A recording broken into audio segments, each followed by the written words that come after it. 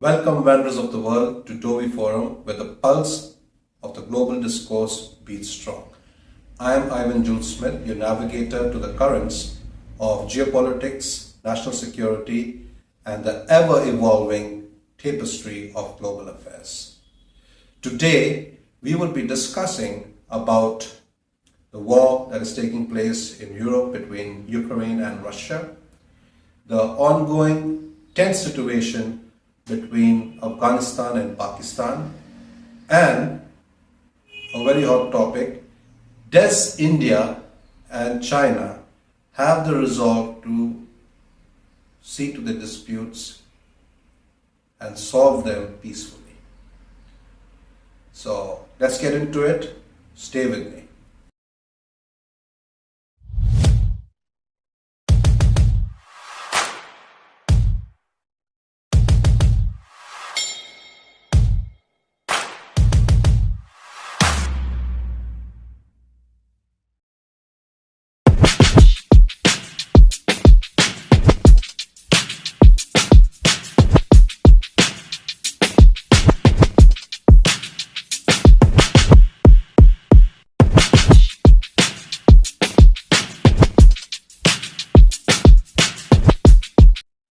So folks, Vladimir Putin has won the electoral elections that have taken place in Russia.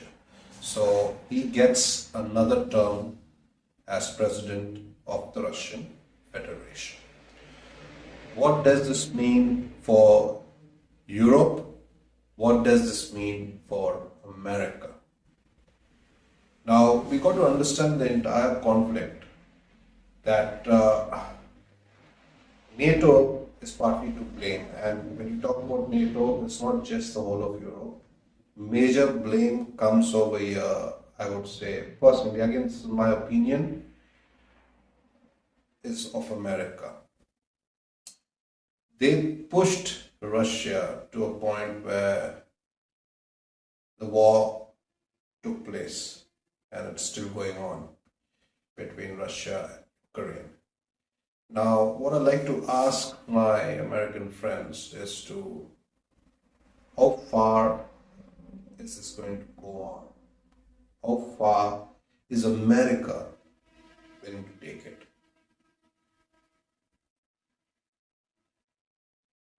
Weaknesses can be seen right now taking place.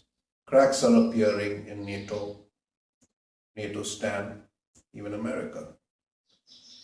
It's very clear Joe Biden is not coming in power when America goes in for elections. Donald Trump does not want a fight.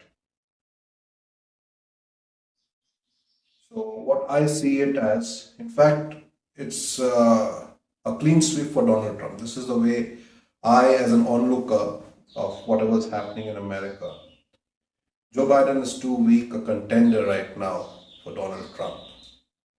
And America being considered the wisest people on earth, the Americans, again, I have my reservations for that. But I still say that Donald Trump, he will come into power, that's no doubt about it, only if he keeps his mouth shut. Because he does more harm when he talks than if he keeps his mouth shut, he's anyway going to win the elections. This is the way I see it. America does not want a war with Russia. There shouldn't be a war with Russia. Okay. Now, what is happening is there's a sudden sense of escalation that is taking place from the Russian side in this war, and there's a threat that is being felt in Europe.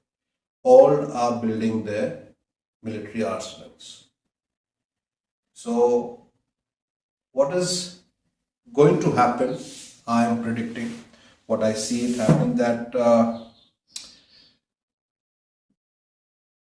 there has to be a reconciliatory approach with Russia, in the sense that the Russia has to have options. Russia has to have options. As said by our foreign minister from India, Mr. S. Jaishankar, that it is wise. He told this to the Americans and even to the foreign minister of the United States, that it is wise that Russia has options, because if there are options, it will stop Russia from falling into the Chinese lap. When you are leaving no options, you're pushing Russia towards the Chinese. And there is a bigger war that is going to come, and America can sense it, the world can sense it, between the US and China. So what you got to understand is, even my European friends, is that Russia will prevail.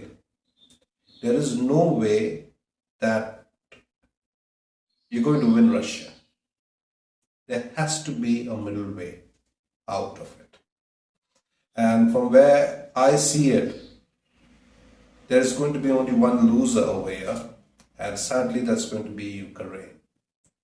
In a sense that territories that have been taken over by Russia, that's not going to come back. I don't see that coming back. But yes, what you have left with you, you got to hold on to that.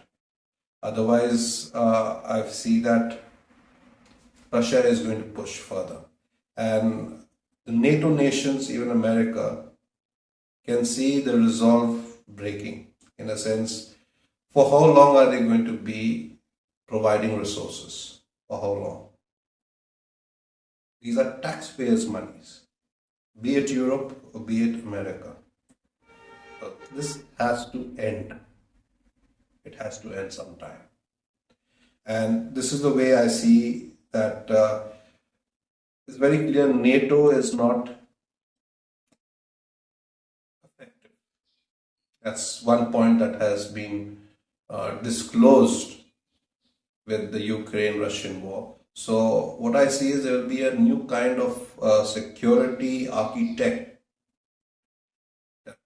A new kind of security architecture that will come up, where there will have to be the Americans and the Russians coming to the table and coming to certain terms, because this whole war, if you go to see, is that began is with NATO, Russia feeling that NATO would deploy, or the Americans would deploy missiles at the Ukraine borders or in Ukraine, with Ukraine joining NATO.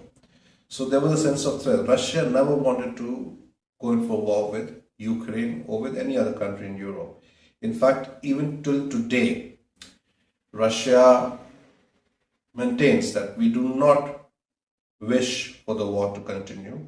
We wish for the war to end. Even Ukraine wants that. But we got to see at what cost it's going to be. And the way I see things going, I see that Ukraine is going to be having to come to terms with reality and face it and accept whatever is brought before them. And with Donald Trump coming to power, I think this war could end in 2024 rather than it escalating, because it's been a long time. Many people have died, have lost their lives, homes have been destroyed, and this madness has to end. This madness has to end. So again, I would like to congratulate Vladimir Putin on him winning the elections. I do not support the war of Russia and Ukraine, but I stand with my country, India. India has extended its wishes to Russia, congratulating Mr. Vladimir Putin on him getting another term at office. And being an Indian, I stand with our Indian government. Now, coming to the point, there are new tensions that are building between Afghanistan and Pakistan. that has taken place recently, as of yesterday, where around 45 soldiers were killed by the Afghan Taliban at the borders. Now, in retaliation to that, what Pakistan does is they go in for an airstrike into Afghanistan. So there are tensions that are building up over there, and this could lead to an outbreak of a war. So we still have to have our fingers crossed as to what it's going to be. Now, what we got to understand is that Pakistan has claimed that terrorist attacks have been taking place in Pakistan, and the hand behind it is the Afghan Taliban. What the world needs to understand is who created the Afghan Taliban? It was Pakistan. Who created the Pakistani Taliban? There are two factions, they are not the same. There are two factions. One is Afghan Taliban, the other is Pakistani Taliban. So the Afghan Taliban are not the ones that are carrying out terrorist attacks in Pakistan. It's the Pakistani Taliban. You get it? So both factions have been created, and as wisely said by Hillary Clinton some years back to Pakistan, that if you keep snakes in your backyard, you don't expect them to only bite your neighbors. They will eventually bite you. So that is what is happening currently in Pakistan, and they are in a dire state, in a sense that the country has no money. Inflation is an all-time high, and if Pakistan chooses to go on for a war, I don't know what they are looking at. Would they be able to even fight a war? They don't have money to even put fuel in their tanks. So they're looking at an IMF bailout of $8 billion. So let's see. Now, best part is the Afghan Talibans, they attack Pakistan. Pakistan goes in with their air force and they bombard Afghanistan. But Pakistan wants to know what is the reaction of India. What does India have to say? Why would India interfere? India is least bothered what is happening in Pakistan. That is between you all both. We have no say in it whatsoever. Sort your problems out yourself. We have repeatedly helped you all, and we have been stabbed in our backs. We do not want to get involved with Pakistan at all, on any fronts. We see YouTubers online going in with mics and talking to the public because they are in a state where prices are very high. They don't have money to even buy normal rations, food. You have YouTubers going and saying, should there be trade between, shove the mic into the public on the streets. Do you think there should be trade between India and Pakistan? Oh yes, there should be trade between India and Pakistan. But you got to understand, India was not the one who stopped trade with Pakistan. It was Pakistan who stopped trade with India.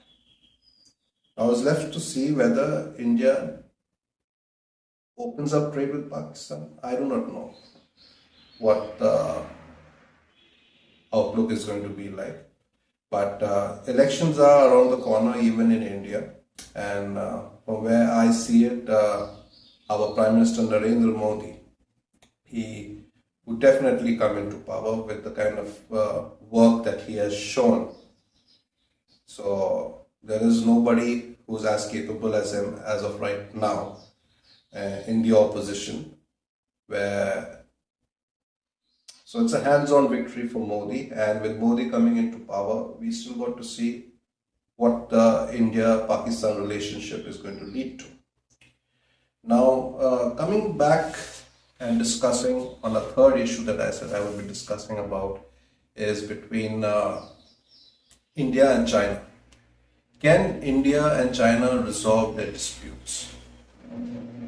You got to understand is that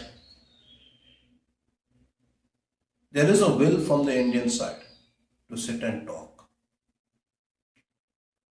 China does not want to resolve the disputes. They want to keep the disputes on. There is not one country that borders China or China's neighbors where China hasn't claimed a certain part of land or area which they say this is ours. Why? Because some Chinese man went some years back and had momos in that place. So that land is mine. That's their logic. That's their logic of world order, world law, whatever you call it. So coming back to the point, the Chinese believe that India is sitting on the American lap. That's not true. That's not true at all. During the Soviet era, during that time, we had the world divided into two parts. One was the Soviet group and the other was the West, which we had many European countries and even America. India chose to be non-aligned. So that is something that the West can't digest. They say, how can you be non-aligned? You have to choose a side. They say non-alignment is going to be unsuccessful. India has proven that non-alignment can be successful. We have good relationships with Russia. We have good relationships with America. We have good relationships with Israel. We have good relationships with Iran. So what I see is we are moving into, you will see a new term that they've been using right now is multi-alignment, multi-alignment. And that's where the world is moving towards right now. And China believes that America with India cannot defeat or cannot stand as a deterrence to China. But what you got to understand, it's the collective realms of this world together is only one way that can put a stop to the unilateral changes that China seeks with its designs. That is the only way. So presently, the only country in this region, Asian region, where the Americans feel that can counter China is India. If there is any other country, you tell me. Do you think it's going to be Vietnam? It's going to be Japan? No. It has to be India. So that is one reason why you find America and India coming closer together. But what the Americans need to understand is one thing, that India will never fight a war for America. Now, hear me again. India will never fight a war for America. We are not stooges. So, we would see to the best interest of the Indian people. That is a stand of the Indian government as well. And that is the stand I feel even India should take.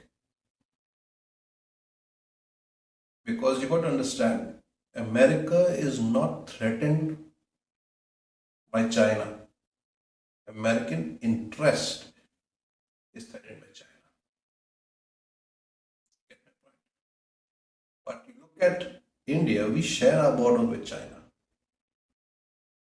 So if there is a war, we have a lot to lose, not America.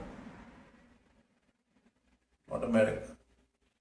And the reason why India is building up their capabilities, because it's very clear we do not trust the Americans. If there is a war, we'll have to go it our way, in a sense.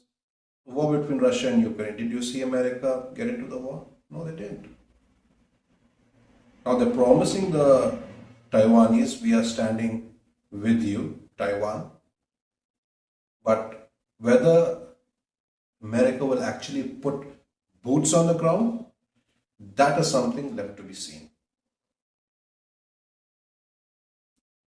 So promises are being made, but we do not know how far, to what extent will the American people, or the American government be willing to go. So that's one part of it. And the second part that I would like to talk about is India is not just a rising power. We are a power. And that the world is beginning to see. You look at the seas, the piracy that is taking place at the Gulf of Aden, ships that are being rescued, it's all the Indian Navy, the Indian Air Force. They're all working collaboratively together. So the world sees that, the world recognizes India's power, and that's why they have faith in India. Now, what we got to see is, why are these topics not being debated on national level? When I talk about national level, I mean on national TV. These things need to be spoken more about. It will bring awareness among the people to what is happening around them. Now, we have the British having the BBC, we have the Gulf having Al Jazeera. Okay, I follow two channels. One is Beyond and the other is First Post, very famous English news channels in India. And otherwise, I try to make sense of the world and the news that is going around, keeping my own judgments, because most things that are portrayed in the news, mainstream media, you've got to take it with a pinch of salt. And that's where I feel that social media is also doing a great job in bringing awareness, and we've got to work together to bring peace in the world rather than see how things are lying around. Now, you see with Pakistan, the scenario that is taking place with Pakistan right now is, should India, as a major power in the world, should we just stand aside and watch Pakistan crumble? Because that's happening, and that with the way their political system is, the way the military establishment is, they are a bunch of incompetent people. And they are breaking their own country apart with the way things are functioning in Pakistan. So with the latest development that is happening between them, Afghanistan and Pakistan, we got to keep our fingers crossed, because war could break out anytime. Now, talking about India and China, many people ask this question, will there be a war between India and China? See, nobody wishes that there be a war. But my personal assessment of whatever is happening, it is inevitable. Not now, not 2 years from now, 3 years from now, 4 years from now, 5 years from now. There will be a conflict between India and China. And for that, India needs to be prepared. As a wise man once said, if you want peace, prepare for war. Nobody wants war. But if you want peace, you got to be prepared for war. Otherwise, you would be at the end of a stick you wouldn't want to be at. So, it's tense times, a very tense time that is happening around in the world between Israel, Palestine, Russia, Ukraine, even the Indo-Pacific. And we all got to see how we work together. And I pray that these things are resolved as early as possible. Thank you. Subscribe to our channel, like our channel, and don't forget to hit the notification bell. Take care.